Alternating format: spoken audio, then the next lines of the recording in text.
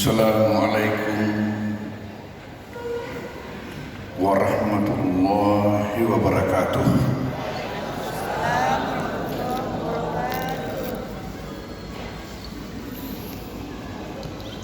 Bismillahirrahmanirrahim.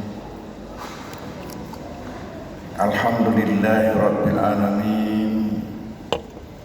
Wassalatu wassalamu ala asyrafil anbiya'i mursalin Sayyidina Muhammadin wa ala alihi wa ashabihi wa atba'ihi ajma'in.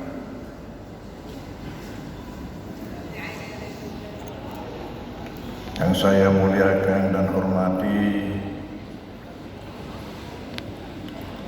Wakil Bupati Maros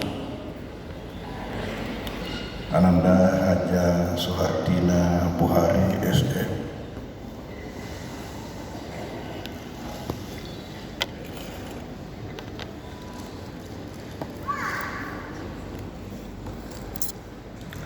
Sahibul Fadilah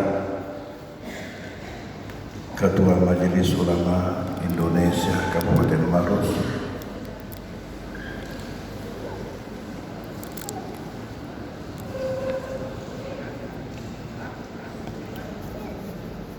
Ketua Pengurus Daerah Kabupaten Maros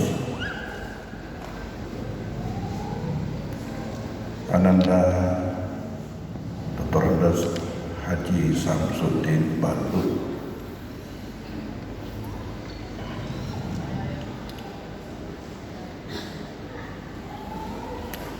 Ketua dan Pengurus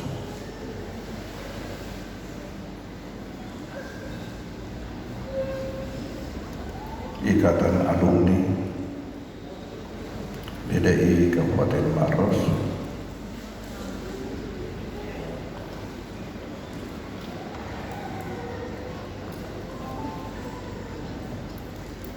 Ketua dan Pimpinan Basnas Kabupaten Maros,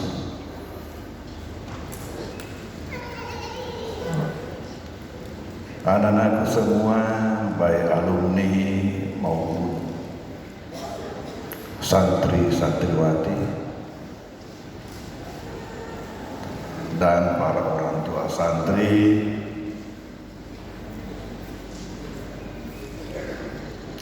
baik alumni maupun bukan alumni, yang semuanya saya muliakan, hormati dan banggakan.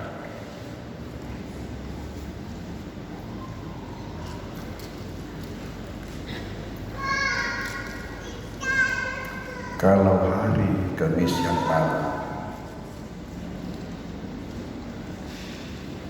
di mana diadakan acara reuni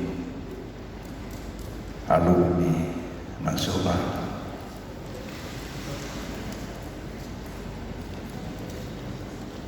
namun Ketua Pengurus Besar ini mengatakan sebenarnya ini bukan reuni alumni nasional, tetapi reuni alumni internasional.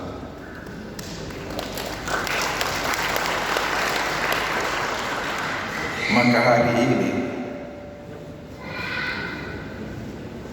reuni alumni DDI Mangkuso Kabupaten Maros semestinya diberi nama reuni nasional.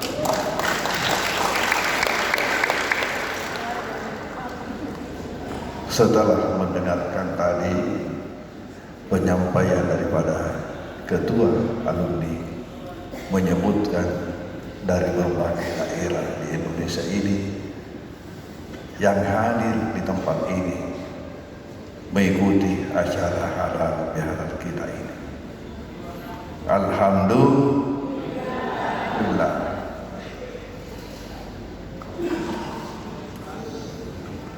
Bahwasanya halal bihalal ini pada hakikatnya tiada lain daripada silaturahim, tetapi bahan bakunya dari Arab, namun di-assembling di Indonesia menjadi istilah halal bihalal. Saya katakan demikian kenapa?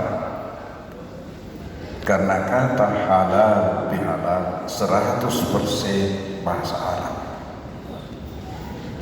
Tetapi inilah istilah bahasa Arab yang tidak diketahui oleh orang Arab. Karena itu tadi bahan bakunya halal bihalal Arab, tetapi yang meramunya menjadi suatu nama baru. Istilah halal bihalal itu adalah made in Indonesia.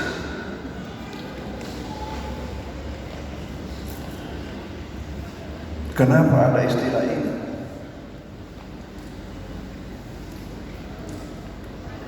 Mungkin saja ada pihak yang mengatakan ini bid'ah. Ya bisa saja. Kita tahu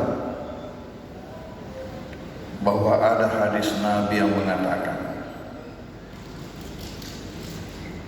man shama ramadhana imanan wa ihtisaban ghufira lahu ma taqaddama min dzambi. Siapa yang puasa Ramadan atas dasar iman dan semata-mata mengharapkan keridhaan Tuhan, maka ia akan mendapatkan ampunan atas dosa-dosanya yang terdahulu. Pertanyaan, apakah seluruh dosa kita mendapatkan ampunan? Ternyata ada sebuah hadis yang menyebutkan bahwa dosa itu ada yang terkait dengan Tuhan, ada yang terkait dengan sesama manusia. Dosa yang terkait dengan Tuhan, semuanya itu bisa mendapatkan ampunan dengan amal-amal, termasuk tadi amal puasa, amal salat. Semua amal yang kita lakukan itu ada unsur pengampunan dosanya. Coba langkah-langkah yang kita langkahkan ke masjid saja, setiap langkah itu punya 3 dimensi daripada berkahnya. 1 pahala dituliskan, 1 dosa diampunkan, dan 1 derajat diangkatkan. Jadi ada unsur pengampunan dosanya. Begitu juga amal-amal yang lain. Salat, apa kata Nabi? Bagaimana kira-kira pendapatmu? Tanya kepada sahabat beliau. Andai kata di antara kalian ada sebuah sungai yang mengalir di depan rumahnya, di mana di situ dia mandi 5 kali dalam sehari semalam. Pertanyaan, kira-kira masih adakah dakinya yang tersisa? Sahabat mengatakan, pasti sudah habis. Ria agak murah dari kali bercemena dena mawacing. Lalu apa katanya? Begitulah juga salat. Fungsi salat, di mana kita mendapatkan pengampunan atas dosa-dosa kita. Tetapi ada satu dosa yang tidak dapat diampunkan dengan amal. Ini yang terkait dengan Tuhan, tetapi hanya dapat mendapatkan pengampunan dengan taubat istighfar. Yaitu apa? Dosa syirik.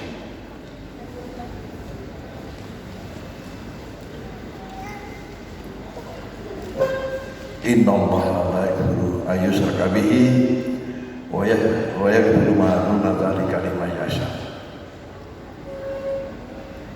Kenapa?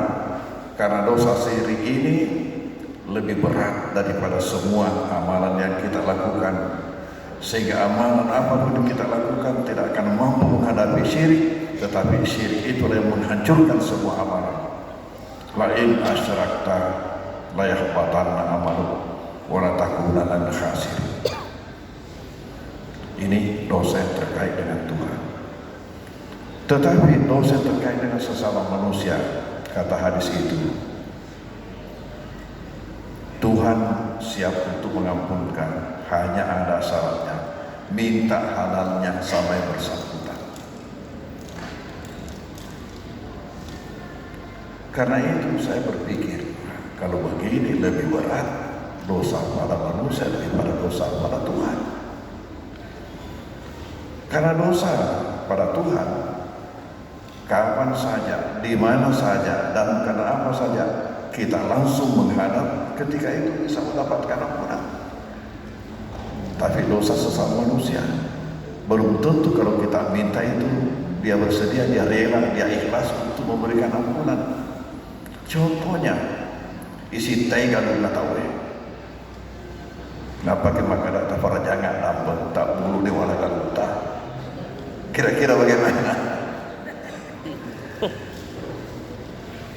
Oleh karena itu para ulama menulis bahwa dosa yang terkait pada manusia yang ada kaitannya dengan materi nanti dianggap minta dimaafkan, minta ampunan apabila dikembalikan materi itu. Makanya pantas kalau Ananda Wakil Bupati tadi mohon selalu doakan supaya bisa istiqamah, karena pasti gangguan tidak sedikit. Bayangkan kalau pejabat korupsi dana yang semestinya untuk masyarakatnya, yang semestinya dibagi kepada masyarakatnya, lalu itu dikorupsi. Nanti mendapatkan ampunan apabila uang itu, dana itu dikembalikan kepada masyarakat. Kalau tidak dikembalikan di dunia, dia harus bayar nanti di akhirat. Apalah Cina. Makanya dalam sebuah hadis Rasulullah mengatakan, man ista'malnahu ala amalin fakatamana mikhyatan fama fawqahu kana gululan ya'ti bihi yaumil qiyamah. Siapa yang kami tugasi atas suatu job, pekerjaan, lalu fakatamana mikhyatan fama fawqahu, dalam tugasnya itu ia ambil kesempatan menyembunyikan sebatang jarum atau lebih daripada itu. Karena gululan ya'ti bihi yaumil qiyamah itu adalah suatu tindakan korupsi yang ia harus bertanggungjawabkan nanti di hari kemudian. Dia nama tahan ya. Makanya dulu ketika saya diangkat sebagai ketua PAS, diberikan kesempatan memberikan kata sambutan. Di antara kata sambutan saya sampaikan, kita pengurus PAS, satu, ingatlah selalu bahwa ini amanah. Bukan saja amanah dari negara, tetapi amanah dari Allah. Oleh karena itu, mari kita laksanakan sebagai orang, sebagai hamba yang pemegang amanah yang benar. Kemudian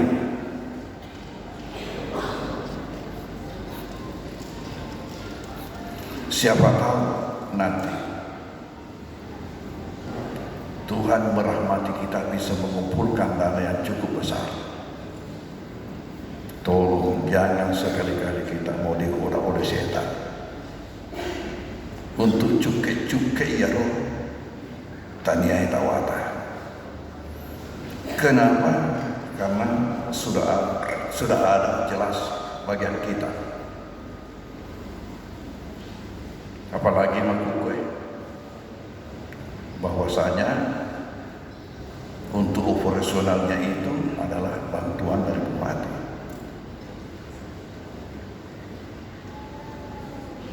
Jadi kita pengurus itu tidak mengorek-ngorek itu zakat, kecuali kepada petugas-petugas yang kita angkat.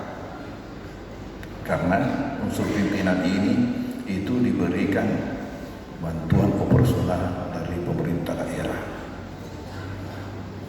Jangan sekali-kali, walaupun sedikit, kenapa kita sudah punya bagian. Kapan kita mengorek-ngorek yang bukan bagian kita? Umpamanya itu Rika hamba degagau utama koke cukai baru ni mata bagian ambil maka akan salah baca Al-Quran dia nak kena wal amilina alaiha deka makadani wal amilina alaiha.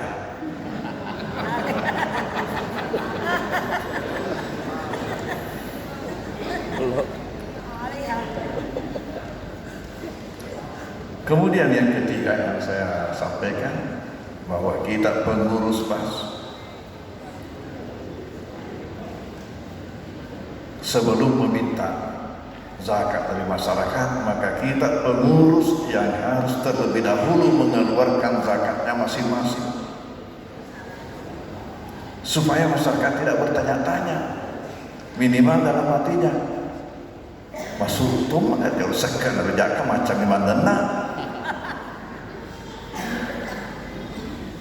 Jadi saya suruh tulis itu nama-nama semua pengurus, baru kolom-kolom di belakangnya, mulai Januari sampai Desember, baru kolom jumlah, baru kolom keterangan. Tulis apakah yang bersangkutan mengeluarkan zakat setiap bulan, apakah tribulan, atau per semester, ataukah hanya setiap 1 tahun. Tapi yang penting jumlahnya dan keterangan. Lihat jumlahnya berapa 1 tahun, kemudian keterangannya apa. Kenapa? Karena di antara pengurus ada yang bukan muzaki, ada bukan muzaki, sarjana baru yang belum punya pekerjaan, kita kait masuk. Mungkin ahli komputer dipakai di kantor, belum wajib untuk mengeluarkan zakat. Tulis namanya, biar kosong-kosong, Januari sampai Desember kosong, jumlahnya kosong, tapi keterangannya ada isinya mustahik. Oh, rupanya ini hanya mustahik, bukan muzaki, tapi transparansi, terbuka, semua orang tahu.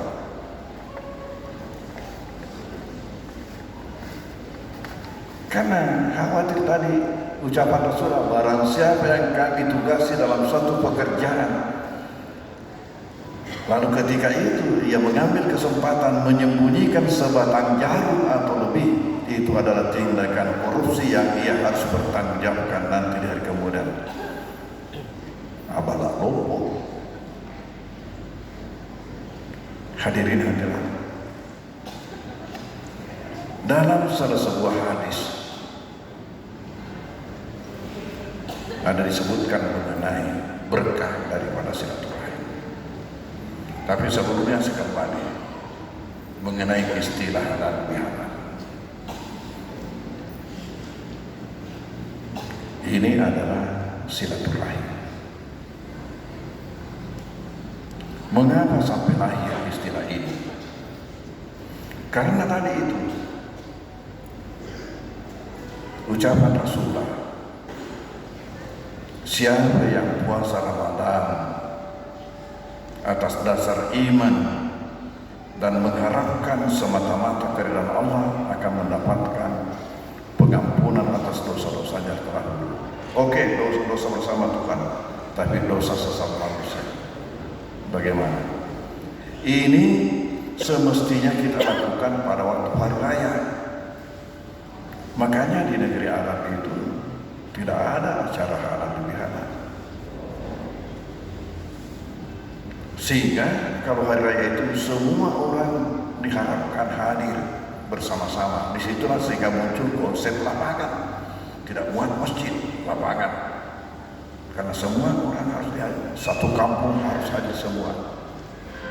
Lalu setelah selesai salat diadakanlah silaturahim. Langsung silaturahim semua. Nanti di belakang kalau ada yang mau ziarah-ziarah, tapi langsung ketika itu silaturahim. Dalam salah satu hadis dikatakan bahwa pada waktu hari raya itu di mana dilaksanakan Id, salat Id, di situ kita menerima piagam. Kita menerima piagam kebebasan dari api neraka dan sertifikat kembali kepada kesucian dan sebagai pemenang. Yang menjadi masalah, siapa yang memberikan piagam itu kepada kita? Piagam ini kita terima ketika kita salaman, kita mengadakan silaturahim dengan saudara-saudara kita. Lalu di Indonesia yang menjadi masalah ini kantor setiap hari bersama-sama, tetapi setelah Lebaran mudik kembali ke kampung masing-masing, sehingga ini tidak terjadi. Nah, setelah kembali dipikirkan itu, kita barangkali perlu membuat acara silaturahim untuk kita silaturahim dengan sesama kita, karena orang itu lebih banyak berdosa dengan siapa-siapa bergaul sehari-hari. Mana kita berdosa dengan orang yang tidak pernah bergaul dengan kita? Dengan siapa kita banyak bergaul, dengan itu terbuka peluang untuk dosa. Nah, dipikirkan. Oke lah, buatkan acara silaturahim. Tapi apa namanya? Dikasih nama acara silaturahim, itu terlalu umum.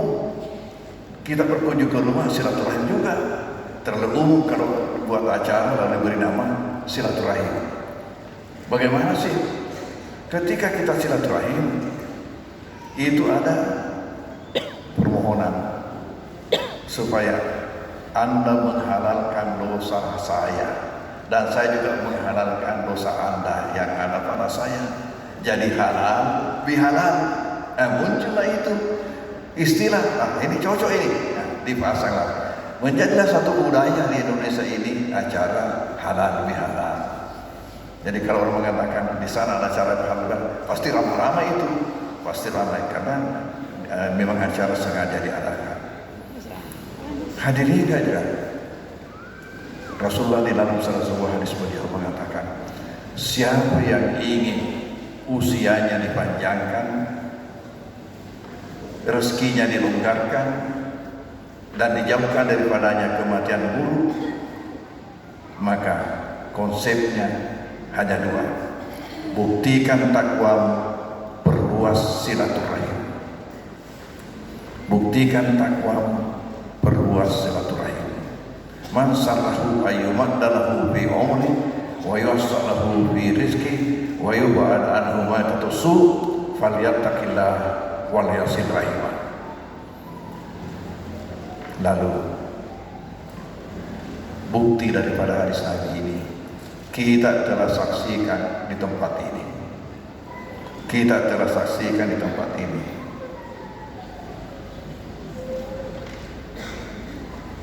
Sisa kita harapkan nanti yang terakhir itu ketika kita menghadap. Tapi dua daripada berkas silaturahim itu kita sudah dapatkan di sini. Bagaimana kita dapatkan? Kita dapatkan sekarang ada hidangan disiapkan. Yang lainnya kita dapatkan dengan apa yang disampaikan tadi oleh Ibu Wakil Bupati. Aplaus.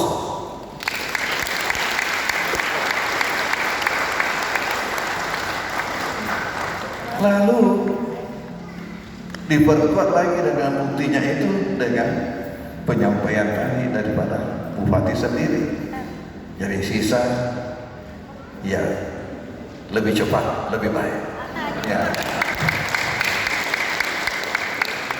Ini filsafatnya Pak JK, lebih cepat lebih baik sisa itu. Dan jangan setengah-tengah. Apa yang dilaksanakan harus tuntas. Ini prinsipnya Ibu Wakil, harus tuntas. Dan itu warisan dari orang tua kita. Warisan dari orang tua kita. Yang ini bersumber dari ajaran agama. dari hadis Nabi, innallaha yuhibbu ahadakum idza amala amalan ayyutqina. Allah mencintai apabila kalian melaksanakan suatu kerjaan dilaksanakan dengan sebaik-baiknya, dilaksanakan dengan sebaik-baiknya. Muncullah itu istilah orang tua, pesanannya ajak lalombo muak kamporo, ajak laloto muak jamapurana, ajak lalombo muak kamporo, ajak laloto muak jamapurana. Mereka ada di sini kue. Ini generasi milenial dengan disegese makam polo. Istilah apa itu? Istilah ayam. Coba masyarakat kita itu dulu semuanya memelihara ayam di bawah rumah, digantungkan keranjang, digantungkan bakar, non rema telur, non rema mengeram, kemudian menetas. Apabila ada telur yang tidak ditetaskan induknya, itu namanya telur amporo.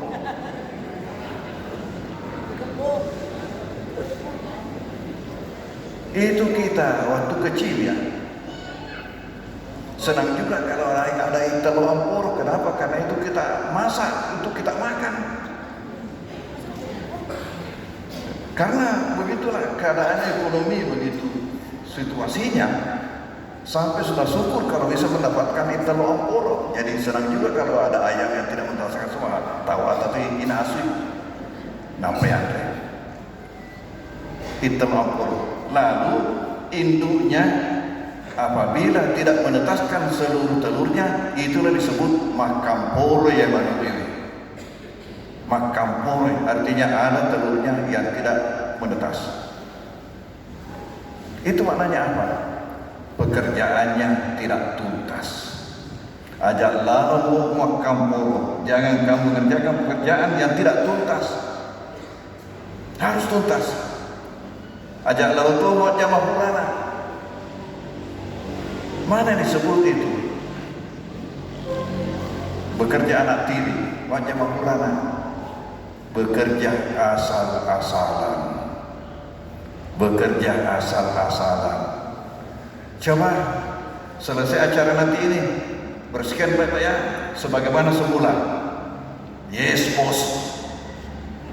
Ya, setelah selesai, bagaimana? Sudah selesai bos. Tahu-tahu diperiksa, la ilaha illallah. Elok deh, jangan pakai mengagak-gawe. Nah itu namanya mak jamaah purana. Jadi harus dengan sebaik-baiknya, tuntas dan dengan sebaik-baiknya. Alhamdulillah programnya Ibu Wakil Bupati tadi begitu, dan kemudian rupanya diamanahkan memang kepada beliau ini mengenai masalah keagamaan. Oleh karena itu saran-saran beliau itu saya syukur sekali bagaimana kalau di Maros ini begitu banyak ini pesantren dan sebagainya dibentukkan badan kerjasama atau apa namanya, sehingga ya bisa bersama-sama ya untuk bicara, kemudian ya dengan apa hasilnya itu secara bersama-sama diharapkan manakala dibutuhkan. Dan yang tidak kalah juga tantangan daripada Ibu Wakil tadi ini, kamu alumni di mana? Nah itu luar biasa itu ya. Dan orang tua santri juga itu tadi ada mengatakan, saya minta supaya ketua alumni memang melelang ini, lelang, dan jangan kurang dari 1 juta. Ini sudah bagaimana kira-kira kalau ini dilaksanakan hari ini? Begitu banyaknya rezeki yang kita dapatkan dari Allah Subhanahu Wa Taala. Bukti daripada hadis Nabi, siapa yang memperluas silaturahim maka juga akan luas rezekinya dari Allah Subhanahu Wa Taala. Hadirin hadirat, kiranya inilah yang sempat saya sampaikan, dan untuk doa ini saya minta kesiapan Ketua Majelis Ulama Indonesia Kabupaten Maros untuk membacakannya. Wabillahi taufiq wa hidayah. Wassalamualaikum warahmatullahi wabarakatuh. wabarakatuh.